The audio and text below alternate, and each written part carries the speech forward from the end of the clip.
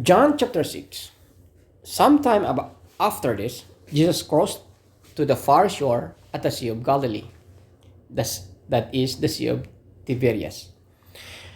And a great crowd of people followed him because they saw the signs he had performed by healing the sick. Then Jesus went up on the mountainside and sat down with his disciples.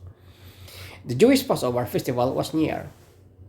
When Jesus looked up and saw a great crowd coming toward him, he said to Philip, "Where shall we buy bread for these people to eat?" He asked this only to test him, for he already had in mind what he was going to do. Philip answered him, "It would take more than half a year's wage to buy enough bread for each one to buy a bite." Another of his disciples, Andrew, Simon Peter's brother, spoke up. "Here is a boy with 5 small barley loaves and 2 small fish. But how far will they go among so many?" Jesus said, "Have the people sit down." There was a plenty of grass in the place, and they sat down. About 5,000 men were there. Jesus then took the loaves, gave thanks, and distributed to those who were seated as much as they wanted. He did the same with the fish. When they had all had enough to eat, he said to his disciples, "Gather the pieces that are left over. Let nothing be wasted." So they gathered them and filled 12 baskets with the pieces of 5 barley loaves left over by those who had eaten. After the people saw the sign Jesus performed, they began to say, "Surely this is the prophet who is to come into the world." Jesus, knowing that they intended to come and make him king by force, withdrew again to the mountain by himself. When evening came, his disciples went down to the lake, where they got into the boat and set off across the lake for Capernaum. By now it was dark, and Jesus had not yet joined them. A strong wind was blowing, and the waters grew rough. When they had rowed about 3 or 4 miles, they saw Jesus approaching the boat, walking on the water, and they were frightened. But he said to them, "It is I, don't be afraid." Then they were willing to take him into the boat, and immediately the boat reached the shore where they were heading. The next day, the crowd that had stayed on the opposite shore of the lake realized that only one boat had been there, and that Jesus had not entered it with his disciples, but that they had gone away alone. Then some boats from Tiberias landed near the place where the people had eaten the bread after the Lord had given thanks.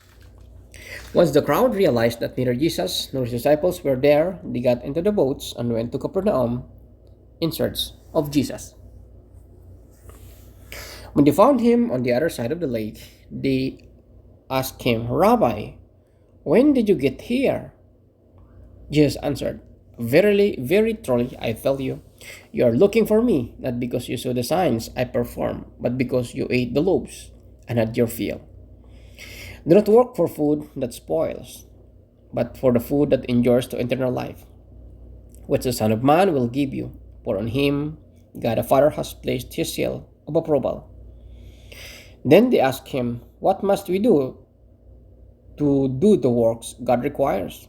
Jesus answered, "The work of God is this, to believe in the one he has sent."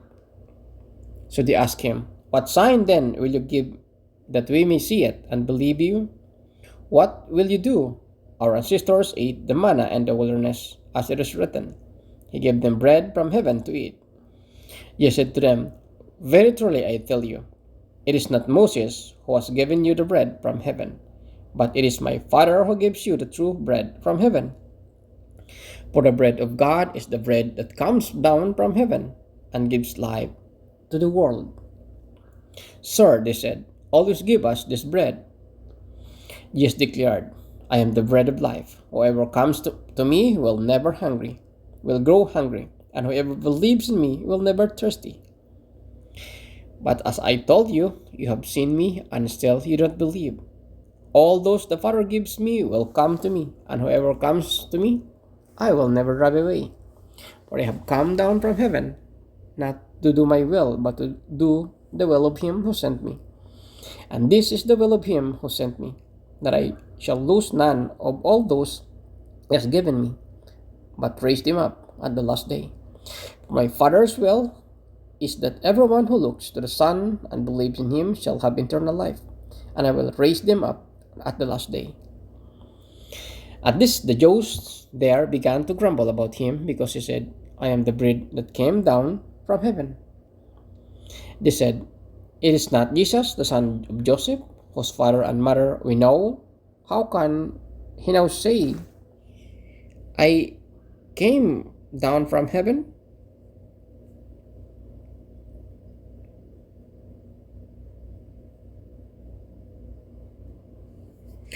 Stop grumbling among yourselves. Jesus answered, no one can come to me unless the Father who sent me draws them, and I will raise them up at the last day. It is written in the prophets, they will all be taught by God. Everyone who has heard the Father and learned from him comes to me. No one has seen the Father except the one who is from God. Only he has seen the Father. Very truly I tell you, the one who believes has eternal life. I am the bread of life. Your ancestors ate the manna in the wilderness, yet they died.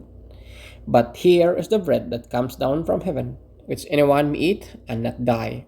I am the living bread that came down from heaven.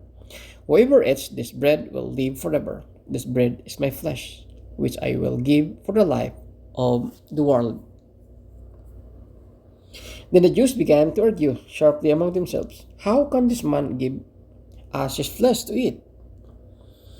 Jesus said to them, very truly I tell you, unless you eat the flesh of the Son of Man and drink his blood, you have no life in you. Whoever eats my flesh and drinks my blood has eternal life, and I will raise them up at the last day.